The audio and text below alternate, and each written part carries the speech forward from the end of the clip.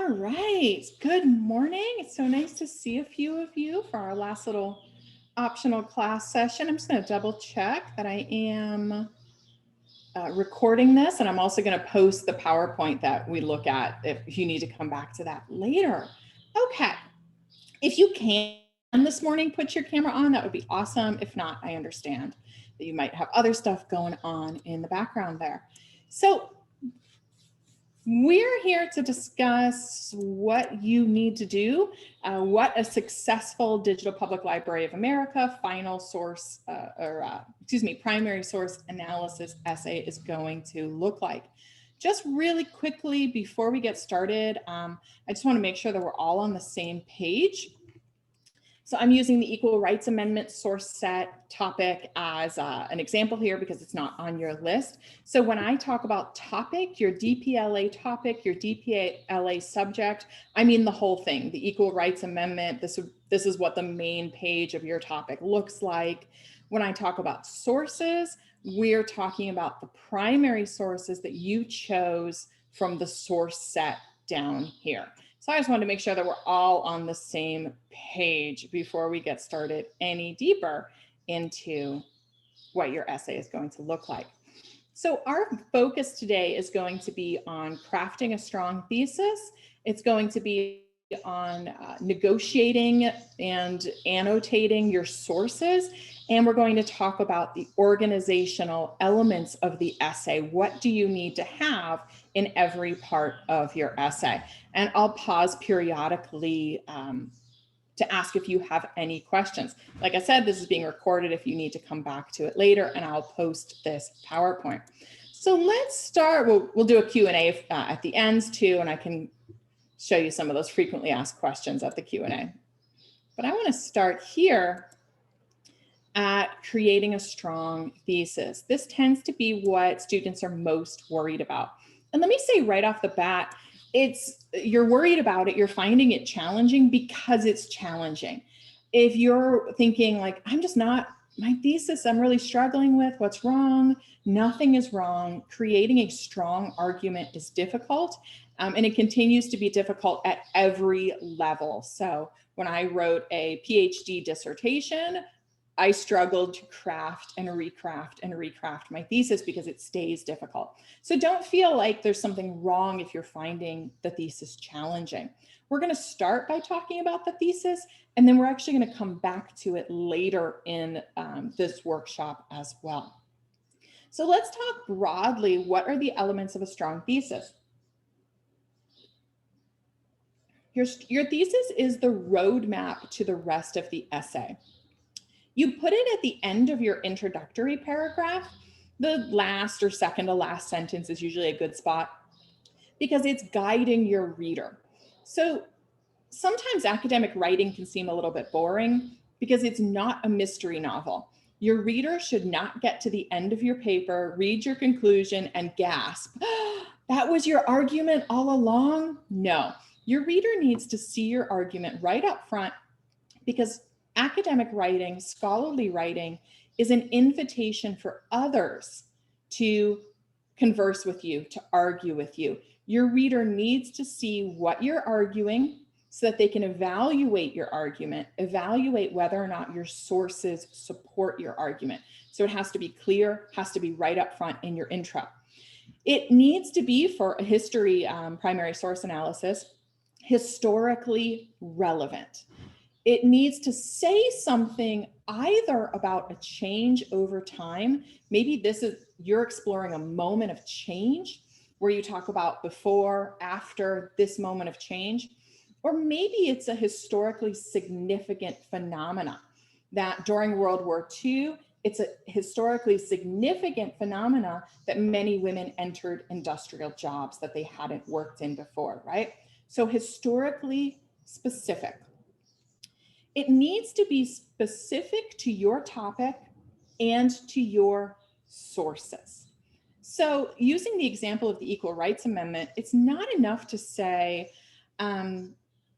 women in the 20th century fought for equal rights. Too broad, not specific to your topic and your sources. Women in the 1970s fought for equal rights by pushing for a constitutional amendment. Closer, but not specific to your sources, specific to your topic, ERA, but where are your sources? Women disagreed in the 1970s. Some of them supported the ERA, some of them did not. Now you're getting somewhere. Your sources are going to show pro-ERA, anti-ERA arguments. Let's get even one step more specific. Cartoons, both pro and against the Equal Rights Amendment, show that the arguments on both sides centered on images of women as either feminine or non-feminine. Okay, that was a little wordy. I need to recraft that. But now you're getting hyper specific. This is what cartoons about the ERA tell us. So just keep trying to get more and more specific to your sources. And last, but certainly not least, your thesis, your argument needs to be arguable. By that, I mean, another historian should be able to come along and in good faith, using historical support, argue against you. Someone should be able to come along and say, yes, but yes, women in World War II entered industrial jobs because of an advertising campaign. If that's your thesis, women in World War II entered industrial jobs because the government created an ad campaign encouraging them to. I could come along and say, yes, those posters were important, that ad campaign was important, but even more important was economic necessity. So do you see how someone else can argue that you missed something or that something else is more important? That's how history works. History is built on interpretations. Historians disagree on interpretations, and that's how history continues to grow and develop. Okay. Questions about historically relevant, specific, and arguable thesis. We're going to come back to this too.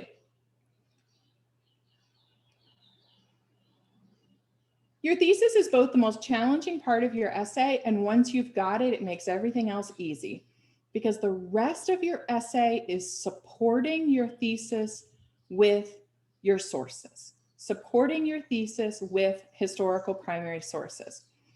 But I don't want you to wait until you have a perfect thesis to start writing, because time after time after time, I find that theses emerge in the conclusion. Time after time, I say, what a wonderful thesis you have in your conclusion. When you finish your first draft, you're going to find that you have written yourself into a more historical, more specific, more arguable thesis that shows up right in your conclusion. And you may copy and paste it. You may copy it and then retool it to be both in your introduction and restate it in your conclusion, and then rework the rest of your essay to make sure I keep supporting this thesis that I've discovered in my conclusion. So you want to start, if you don't have a perfect thesis, with a working thesis. Working thesis, there was a fight over the ERA. All right, start there.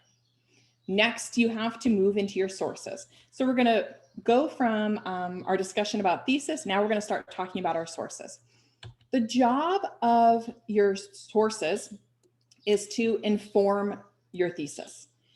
You're not the other way around.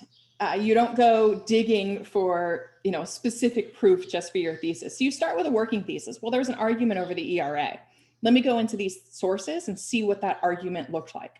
What was the pro-ERA argument? What was the anti-ERA argument? Let me just start looking at my sources. The essay's focus is your analysis of these sources. So what I want to see on the page is a conversation between you and your sources, and a conversation between the sources. So let's start with step one, you and a single source in conversation. Annotate as you investigate. the best research, and this is much more broadly applicable, the best research advice I can give for you for writing any sort of paper is, as you interrogate your sources, start writing. This might be very brief specifics. I'm going to write down a little quote. I'm going to write down a little bit about their perspective. Or you may find yourself handwriting or typing, oh, I'm making an argument here. You may end up putting some of that directly into your essay. So write as you read. And I'm going to use read here for meaning listening, watching, looking at images, because you have a lot of different sources. So I'm using read as an umbrella term.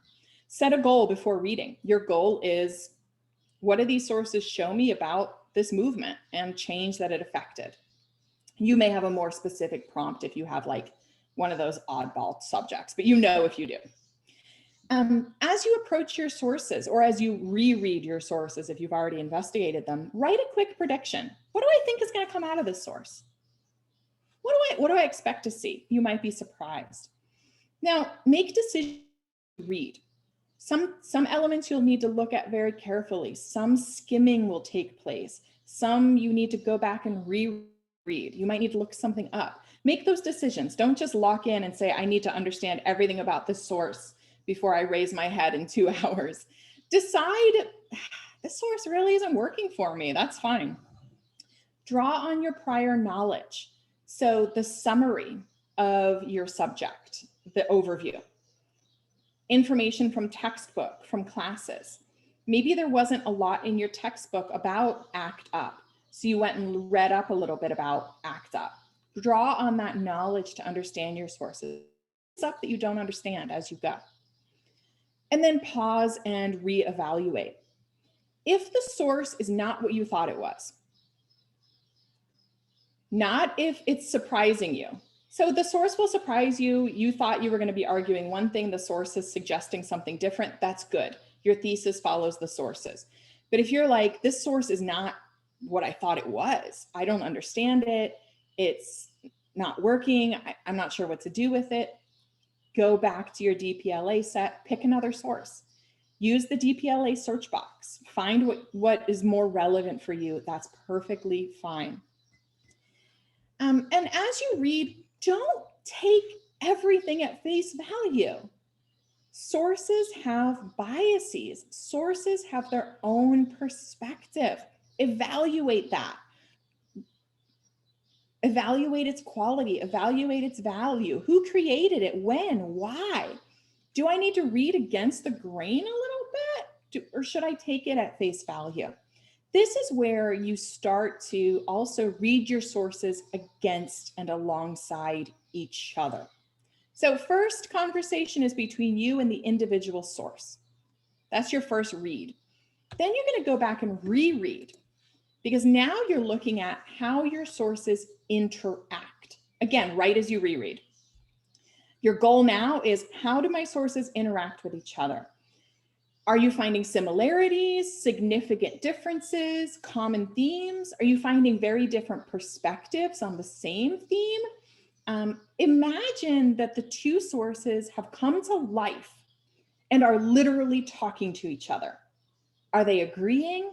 Are they shouting? Are they disagreeing? What's happening? If you're like looking at the Black Panther Party and there's an FBI source, like, is one of them actually trying to shut the other one down? What's happening between them? Make note of that.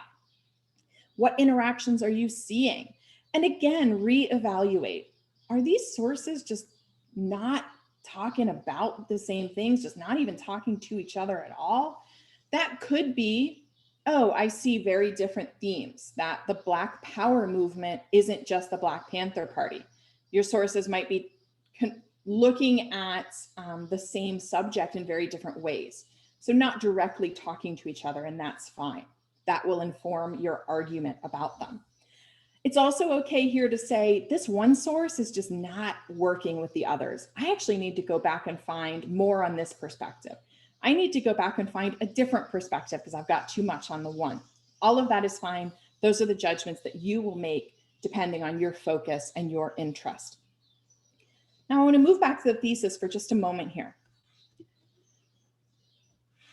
This primary source analysis essay, it's not a research paper, it's just about the basic building block of historians, making a argument based on historical evidence. Why did I not just assign you to choose one source to analyze? Because what I'm asking you to do is to make an argument that the sources taken together show us something different. Then a single source couldn't tell us enough about the topic. To go back to that ERA example, a single source might suggest to us that women supported the ERA across the board. But when we look at multiple sources, we start to see, wait a second, some women fought against the ERA. Why? Let me find another source. They fought against the ERA because they didn't want to lose protective rights. Now I've got an argument. Single sources are valuable, but historians don't make arguments based on single sources. So think about, how does my thesis change when I look at the sources together? What interaction makes for a better thesis? I want to roll it back a little bit too. If you are lost as you read and write, if you are confounded, the most basic starting point for the sources is to describe them. What is the source saying? Who's saying it? If you're feeling lost, start with a description. Your rubric for the essay notes that for the best points, you'll go beyond description into deep analysis. But a description is a starting point. So if you're feeling lost, start by describing your sources. All right. Any questions? We're going to talk next about organizing the essay. But do you have specific questions about how to most effectively utilize your sources?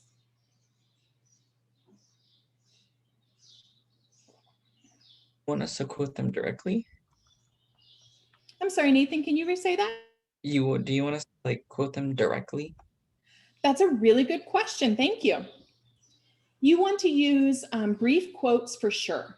I'm gonna want to see a couple of brief quotes in your essay. For images, there might not be anything to quote, but I want to see a very specific references to elements of the images. But yes, I want to see direct quotes, and I want them to be very carefully selected to stay short, because this is a really short essay. And that's a trick. The fact that this essay is only 400 to 700 words, you're like, oh, easy peasy. The question I get the most is, can my essay be longer? Because I am asking you to do something extraordinarily difficult in a short space. So you have to be like with a scalpel on your sources, pulling out the most relevant quotes, pulling out the most powerful elements of the image, because you don't have room for big, long block quotes. In the paragraphs, I want to see, well, yeah, let's get into organization, because then we'll talk more about the paragraphs. But that was a really good question. Yeah, be very select about which elements you directly quote.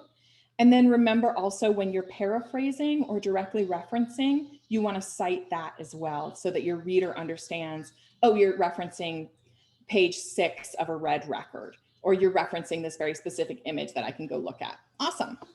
So let's move into, and if you have more questions, you can put them in chat if I don't see you. Let's move into organization. There are required elements of your essay that are very simple. Introductory paragraph, which includes your thesis, body paragraphs where your source analysis happens, and a conclusion paragraph where you restate your thesis, and then there's a free space we'll talk about what you can do with. Your organization is going to be informed by your argument. So how you present your sources might depend on your argument. That is, which order they go in your body paragraphs, which we'll talk about. And your entire organization is all geared towards supporting your thesis. So you're guiding your reader through your argument and through the support of your argument. So let's talk about each elements, the intro, body paragraphs, and conclusion.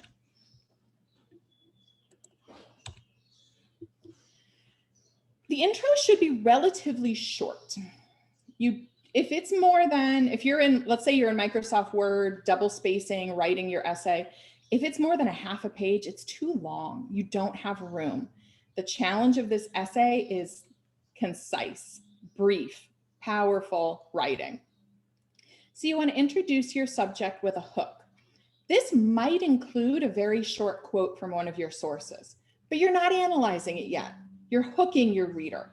Pull them in. Why should they care about your subject? Okay. Then very select relevant historical context. This should be 2 or 3 sentences. You cannot discuss the entire history of the women's rights movement. So you have to put the ERA in its most specific context, second wave feminism, the civil rights movement. Find out or think about what is the historical context my reader has to know to understand my subject, all right? Black Power movement, they have to understand the broader civil rights movement. American Indian movement, United Farm Workers, you have to talk about the civil rights movement, right? So think about specifically what is the relevant historical context. And then you end your thesis, usually in the last or second to last sentence. You end your introduction rather with the thesis,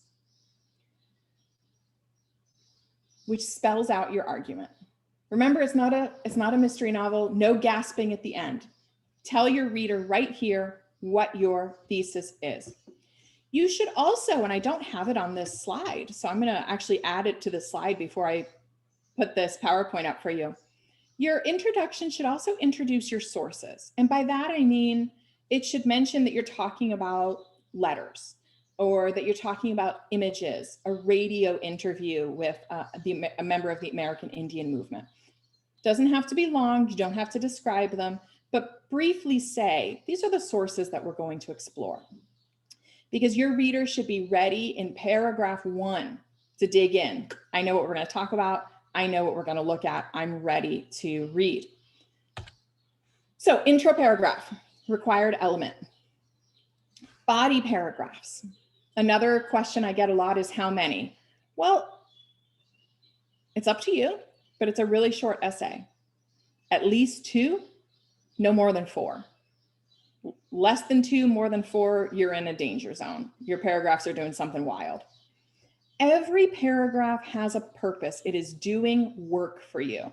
You should know what it is. You should be able to condense it down to a topic sentence to make an outline. You should be able to. You don't have to have a topic sentence. If you want, you can, but you should be able to condense it down. What is this paragraph doing? How is it supporting my thesis? What primary sources is it using? Every body paragraph is analyzing primary sources. It is not talking about secondary sources. It is not giving more and more historical context. It may include some historical context in your analysis, but it's not getting bogged down with anything other than analyzing the primary sources. Not have room to do anything else in these paragraphs. And it's showing your reader how this specific primary source or primary sources in the body paragraph supports your argument. How you arrange your sources in the body paragraphs depends. There's not a specific way to do it. There's a variety of ways. It will be informed by your argument. So let's look at some of the ways you can organize your paragraphs. You can organize them by source. Each paragraph is a source. You could organize it by theme, that each paragraph talks about a different element or theme. You could organize it by perspective. ERA example, pro-ERA, anti-ERA as your 2 different perspectives. So it's really up to you how you want to organize. You could also, and this isn't on here, you could organize them chronologically. If you don't know where to start, organize them chronologically, see what happens over time. So some of the ways you could organize your paragraph: source 1, source 2, source 3. You could organize theme 1, all my sources, theme 2, all my sources, theme 3, all my sources, or theme 1, 1 or 2 sources, theme 2, 2 or 3, you know, source number 3 or 4, third paragraph, source number 5, all on the same theme. That's entirely up to you. You could go back and forth with perspectives. In this example, 1, 2, 1, imagine you're writing about the Equal Rights Amendment, pro-ERA, anti-ERA sources. You could talk about, this is the pro-ERA argument based on my sources. This is the anti-ERA argument based on my sources. Let me go back to the pro-ERA argument to wrap up my sources. Or argument theme 1, perspective 1, perspective 2, both perspectives together. This is totally up to you. What I want to stress is that there's multiple ways to organize, and I am not picky. What I want to see is that it makes sense. Oh, I see what you're doing here. This can be very simple, chronological, source, source, source. It can be much more complicated, but I want to see that you've thought about how the sources need to be organized to best support your argument. So again, your thesis is guiding your organization. Thesis is the most challenging part. Once you've got it, the rest is like falling off a log, but it's hard to find the thesis, which makes the whole thing difficult. Before we move on to conclusion, do you have questions about how you should be using your body paragraphs effectively? Nathan's question about the quoting is very important here because you need to be very selective so that you understand how that space that you're using for quotes, which you should be using, is driving the thesis, is guiding your reader. What I don't want to see, what I'll be most disappointed to see, because I want to see something, I'll be most disappointed to see a huge block quote, not much else on a source. Next paragraph, big block quote, not much else. I want to see more of your analysis, your description, if you're starting there, right? The rubric says you need to move beyond description to analysis, but description is a fine place to start. But I want to see you talking to your sources, sources talking to each other. You're like, what the hell does that mean? That you're in there, that you're not just accepting your sources. This is what the source says, so this is what the situation was. I want to see you in there talking about what's important about the source. What does it mean? What's significant? Where do I think it's a little too biased? Where do I see its perspective, right? So this is you, your sources, hanging out, talking to each other, talking to your reader.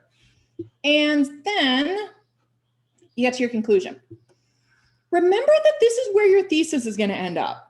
Even if you start with a strong thesis, 9 times out of 10, you're going to find an even better one that has wandered into your conclusion. You have written yourself into it. In the conclusion, I do want to see you restate your thesis in some way. So let's pull back and think about the organization of the essay. Introduction, here's my argument. Here's my thesis. Body paragraphs, supporting with sources, supporting with sources, supporting with sources. Conclusion, let me remind you how I just supported my thesis with those sources. So that's the sort of can seem a little bit dull, like I'm going to tell it to you again. Find a fresh way to say it. Point out the good work you just did in the paragraphs. See what I did? Is what you're saying to your reader. And then it's a free space. You can add present context, how this relates to today. You can relate it to other historical events or people or subjects. You can discuss alternate arguments. This is a good place to say, this is what I've argued, but you could also argue this based on the sources. You could discuss perspectives that were missing.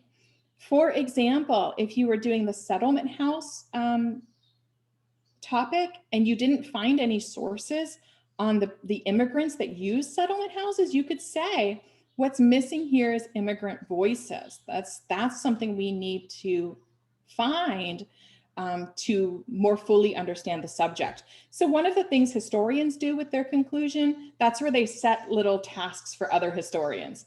They say, I didn't talk about this. Other historians, why don't you go talk about that? So you can bring up here, here's some elements I didn't discuss. Here's perspectives I didn't locate. Here's what we need to know that my essay didn't cover.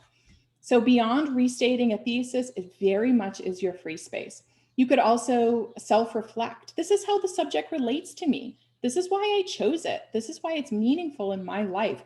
I want to be a social worker, so I'm looking at settlement houses, what they did well and what needs improvement. I'm writing about Stonewall because that's my community and I don't know much about it. I'm writing about the American Indian movement because I want to know more about my roots. Great place to put that. You could also put that a little bit, if that could be your hook too. You can put a little bit of that personal reflection in your intro as your hook if you want to draw readers in. All right. And you're going to find your thesis there. Your improved thesis is hanging out in your conclusion. So you want to look at, did a stronger thesis emerge? Can I rewrite my body paragraphs now that I've honed in on this stronger thesis? How can I better support it? So let's come back to what a strong thesis looks like. It is historical, specific, rooted in sources, arguable. In some disciplines or in some classes, you have practiced posing a question as the beginning of your paper. In history and in some other disciplines, the thesis is not a question, it's the answer. So you need to answer that question in your intro. Let's look at some theses that are not clear, specific, historical, or arguable. And I put up examples here about 1301, English and conflicts between English colonizers and Native American populations. Let's imagine that was your subject. Not clear. That is, you're going to ask a question but not answer it. How can our understanding of past conflicts inform the present? These are all real theses, by the way, that students have written, and with my permission, I've put in the PowerPoint. That's not a thesis. That's the question that the student needs to answer with the thesis. Let's look at something non-specific. Religion was important to people in the colonies. Which one? Which colonies? What religion? I want to know something about the Quakers and the Puritans. Religion was significant in the colonies, but was very regionally different. For instance, in Pennsylvania, the focus was on Quakerism. Massachusetts, the focus was on Puritanism, which led to different colonial societies. Now you're getting specific. You're talking about how Puritans and Quakers created different societies. All right. Non-historical or ahistorical. Since the dawn of time, people have had conflict. The English are just another example. That's not how we do history. History seeks to understand how and why in specific points of time this conflict emerged. So you can't just say, well, there's always been conflict. This is just more of the same. That's not historical. To use our ERA example, it would be women have always fought for equal rights. That's non-historical. You need to pull it into the 70s to the ERA to what women were actually doing in your subject. And then let's look at a thesis that is not arguable. There was conflict in the colonies between the English and indigenous people. You could not argue against that in good faith. It's not an argument because I can't argue against it using historical reality. So hopefully these aren't bad theses, these are working theses. Hopefully some of these have made it more clear what I mean by arguable, historical, specific.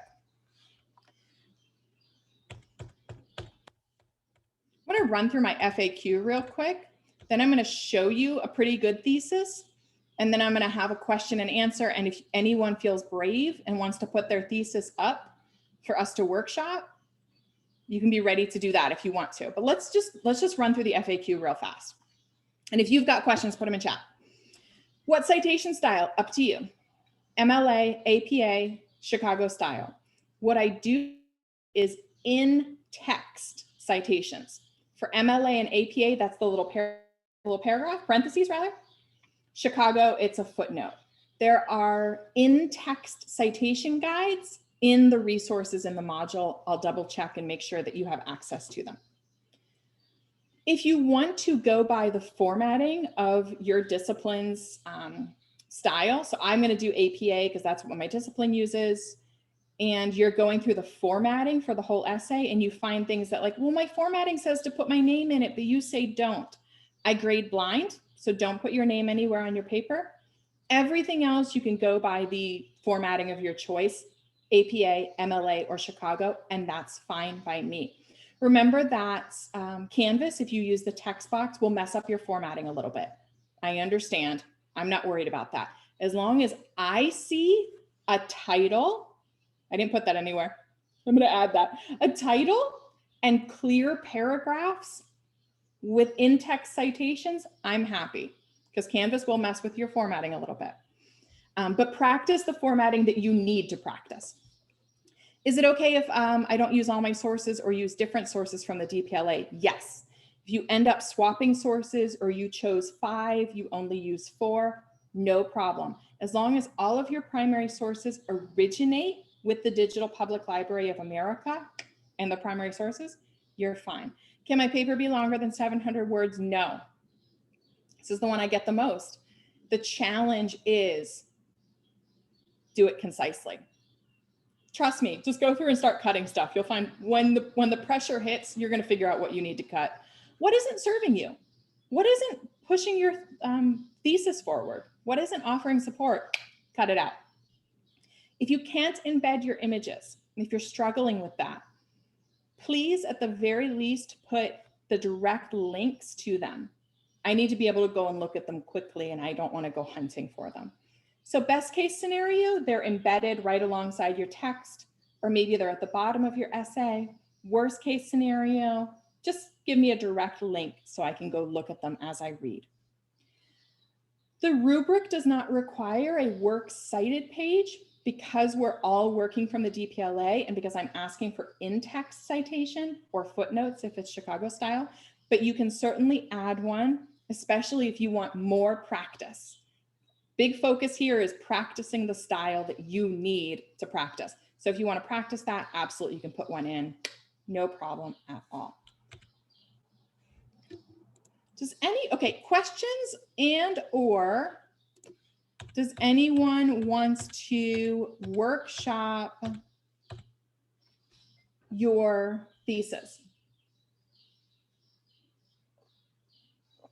Anyone feeling brave? That's all right. We can look at one together. I have a question on the title. Yes. You want us to have the title right, or like? I'm not grading on it because I keep forgetting to add it to the rubric. But yeah, I love a title. And here's why I like a title, Nathan. Your title should hint at your argument. So it's just another opportunity to guide your reader, to tell your reader what you're about to do. I'm a big fan of an alliterative title with an explanatory subtitle, but you can give me any type of title you want. I mean, it can be very basic because like I said, I keep forgetting to put it in the instructions. It's not in the rubric. You're not losing points. But yeah, if you can come up with a snappy little title that also hints at your argument, that's gold. That's solid gold right there. But I'm not grading on it because I keep forgetting to. Let's look at a thesis together. Ma'am, can me ask it you? Absolutely. You are now say about one paragraph and support by 3 support detail. And then after that, conclusion. That's all in essay. We don't need second paragraph. No, you do.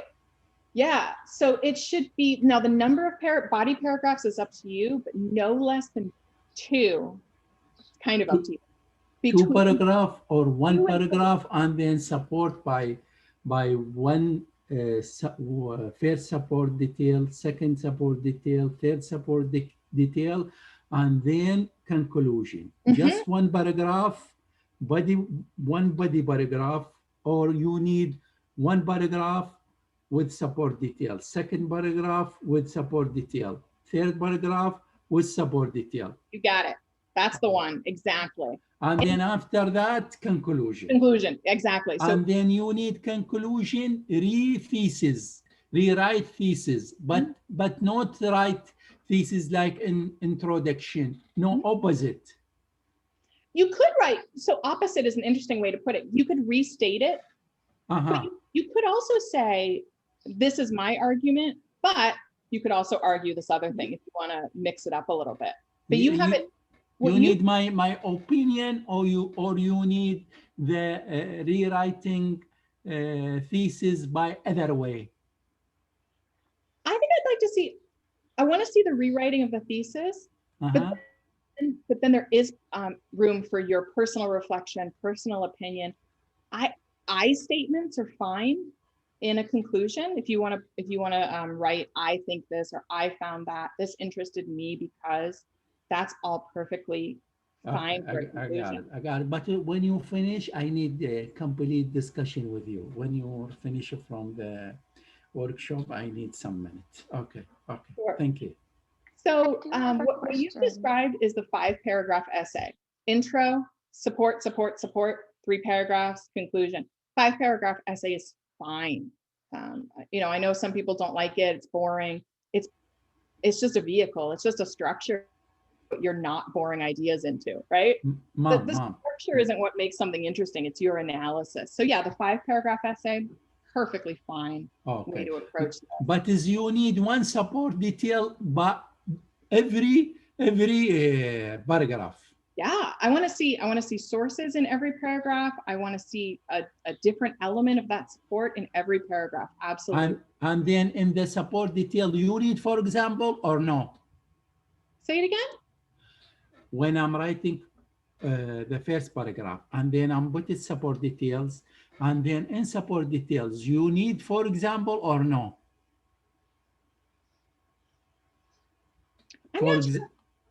Sorry? I'm not sure if I'm understanding what you're asking. Okay, now I'm writing the first paragraph, body paragraph, have support details, and then in support details, you need, for example, and then I'm writing about, for example, from the source, take it some quotation, and then put it, and then writing about the, for example, or no? Just you need support detail. If you're asking, do I want to see like quotations? Yes. What about, for example, inside paragraph writing? You need, for example, and then I'm writing about, for example, or just you need quotation and support details. Sorry. Can you put your question in chat? I'm not understanding it. Okay, now put your question in chat so I can take a look at it. In the meantime, let's look at this example. This is a 1301 example. And I can't I can't go into my laptop. Okay, well, sit tight then. We can talk at the end. Sit tight. Okay. So let's look at this thesis together. And this thesis isn't perfect. There's still room for improvement, but let me show you what I like about this thesis. And let's kind of highlight it. Oh, that's all right. Cancel that. Just home. No, go back. Sorry. Okay. Let's look at this thesis here. It's the last sentence, and I'll show you the part that I really like.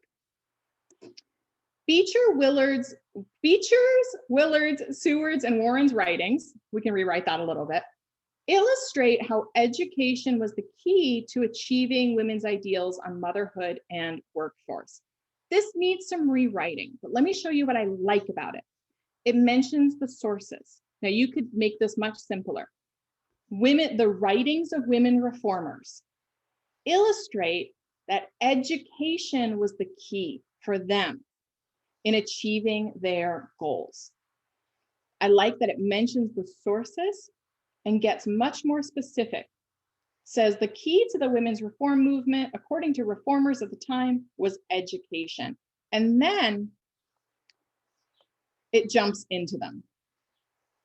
Jumps into how education is seen in their writings. So it pulls out the elements of their writings that support that argument for education. like I said, this thesis isn't perfect. You rarely find an absolutely perfect thesis, but it's using the sources, making a more specific arguments about them.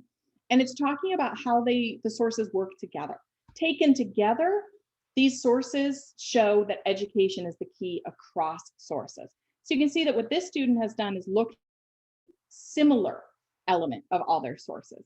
They could have also pulled out differences. They could have said Beecher and Willard disagree on women's public role in life. Totally different thesis, totally different argument based on the same sources. So your sources offer a variety of arguments. It's up to you to decide which element you're going to pull out, which element you're going to home in on and really support through your essay. At the most basic element, I want to see you engage with the sources. If you feel like I haven't met these thresholds, my thesis isn't perfect, my analysis isn't perfect, that's fine. This is practice, right? You're just going to keep getting better and better in your writing. So at the very basic level, I want to see sincere analysis, sincere engagement, sincere attempts to understand primary sources, and a sincere attempt to try and make an argument. It will not be perfect, and that's fine. It just has to exist. It doesn't have to be perfect. If you're panicking at the very end, hand in what you've got. If it's a rough draft, say, this is a really rough draft, I'm sorry. If it's your annotations, I don't know, here's what I think about the sources, and here's what I think my argument, hand something in. The only thing that I don't want to see for sure is nothing. Or someone else's ideas. Those are the two things I don't want to see. I don't see nothing, and I don't want to see someone else's ideas. Okay. How do you do an in-text citation for an image? Just like you would anything else, the first time you reference it or analyze it, you put a little parentheses. The image might have a photographer, or if it's a piece of art, it might have an artist.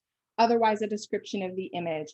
Puerto Rican girls outside of New York schools, date, right? Depending on your style. So you in-text citation for an image, just like you would for a piece of work.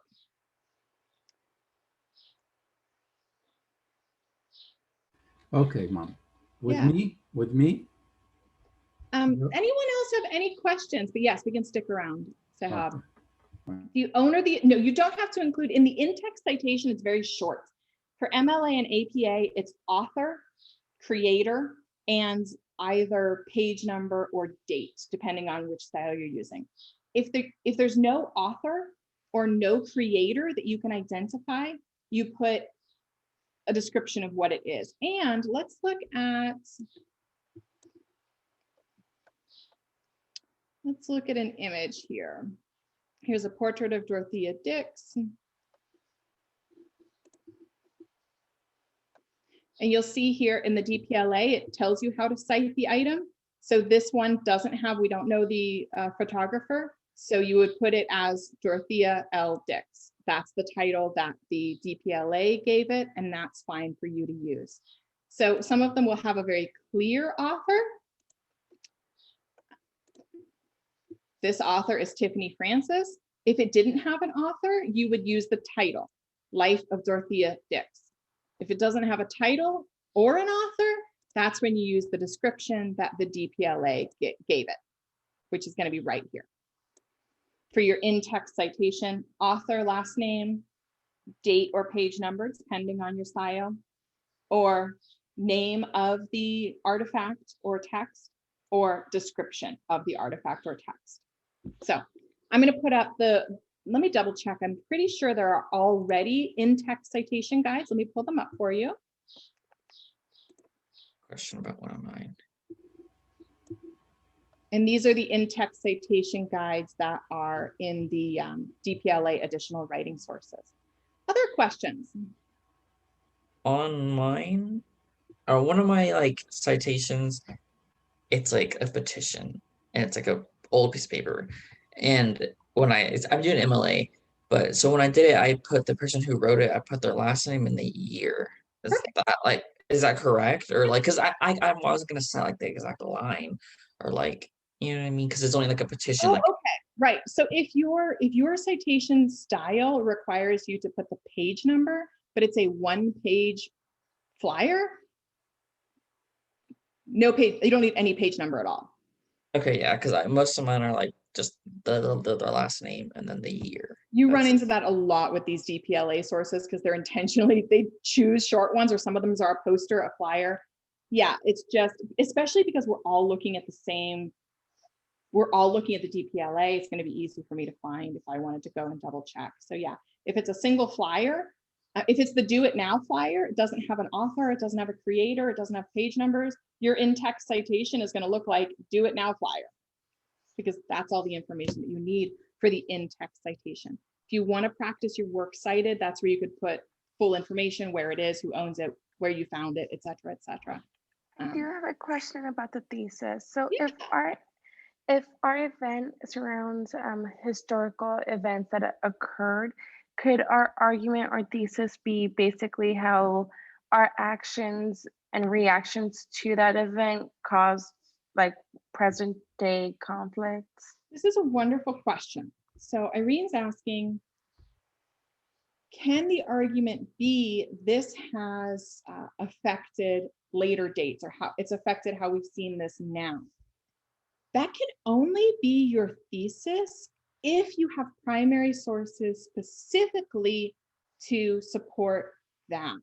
So what you would need for that to be your thesis is a primary source from a later time or from today. If you have it, for instance, the Voting Rights Act is overturned in 2014, you have a source on that.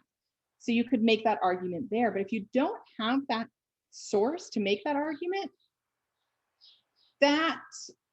or to have that be your thesis, that secondary argument that you're making, this affects how we view this conflict now, that belongs in your conclusion. Because you probably can't support, you might be able to, it depends on what sources you have, but you have to be able to support that argument with your sources. So what you might say is that, here's what your sources that you do have say about the conflict. In your conclusion, here's how this has informed us today. Does that make sense? Yes. So that's the one difficulty I'm having is doing a good argumentative thesis only because of the events that occurred. So like how exactly would I be able to make an argument based off of the events? Because they're actual catastrophe events that occurred to the US. So it's like, there's no real argument except if I state my opinion on whether what happened. Are you doing 9/11 in Pearl Harbor? Yes. You have a weird prompt because it doesn't work. Here's what you can make. So you can't make the argument that you want to make because you don't have sources for it. So you have to look at what are your sources showing you. And I would suggest, Irene, that one of the things that set is really good at is showing how the government responded. Are there similarities or differences from in Pearl Harbor and 9/11 about government response? That's an argument that you can make. In your conclusion, you can connect it, right? If you want to talk about the war on terror and the ongoing war on terror, that goes in your conclusion because that's not quite what your sources are about, but you can say, this is how the government responded to these two attacks. This is the messaging about these attacks. And then in your conclusion, you can make an argument. That messaging still affects us because that messaging still informs our argument because. Does that make sense? Yeah, so basically in the conclusion is where I could state my opinion on the two events and how we reacted. Absolutely. And one of the things that you want to get away from is I have to prove cause and effect with these sources. Not necessarily. It doesn't have to be what this caused, what this affected, what this caused. It can be, how do I want to say it? I'm just going to go back to what I already said. Sorry. You can just get a little bit more specific. Well, I'm just looking at government responses. So let me make an argument about that. Later, I can talk about this much more broad, long, historical effects of these attacks, right? But your sources probably aren't going to let you do that. Your sources want you to make a smaller, more specific argument about them. Okay, thank you. Really good questions, Irene. All right. Any other questions? What time is Yes. our, sorry, this is, I don't know why I didn't know this, but when is our exam? Oh, that's like a final exam that you come to class for or whatever? Yeah. Doesn't exist. That doesn't exist. That's not real. This, I want you to focus on your DPLA essay. I have office hours by appointment, extended office hours by appointment Monday, Tuesday, and Wednesday. If you want to look at a draft together, if you want to look at a thesis together, if you have specific questions, make an appointment. You can do that in the calendar. Go into your calendar, search for appointment. It'll search. You can search by class, and they'll come up the times that are available. If you need to, if you want to go over a draft with me, but those times aren't, you're not available at those times, send me a message. Tell me when you are available. We'll see what we can do. But that's the only way that I can look at a draft. So you can't send me a draft in email. You can't submit a draft, but you can come and sit in Zoom and look at a draft with me. But you got to make an appointment. But I'd be happy to do that if you want to do that, make an appointment. All right. Any other questions? Can we chat with you now? Absolutely. So I'm going to stick around. If no one else has any questions, I'll stick around so we can talk some more. Okay. Sahab, and the rest of you, thank you for making an awesome, thank you for your awesome semester. Keep my email for when you need letters of recommendation. Make an appointment if you want some extra help next week. Otherwise, have a wonderful summer. Get some free summer classes. Mom, I send you this final essay. You are in email. I choose from this issues. Checking, please.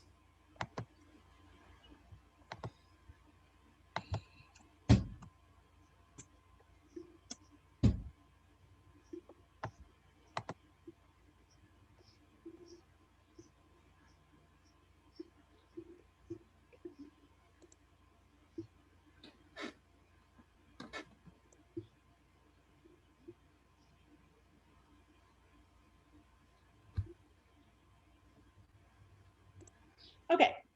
So what I'm seeing in chat is that you copied some information from the final primary source analysis.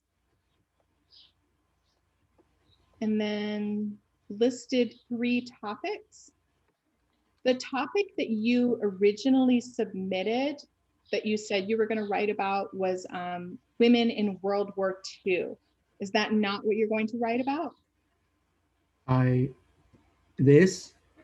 Yes. This?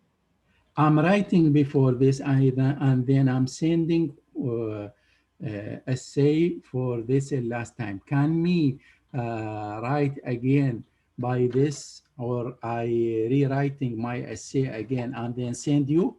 Yes. I want you to rewrite your essay on women in the home front, the World War II one, and I want you to rewrite it very carefully using specific primary sources from that DPLA set. Let me one question or some question, and then you are need picture inside my essay or no? Yes, if you can. Okay, and then you need the references in my essay, put it inside. Yes. Okay, and then you are need site with references.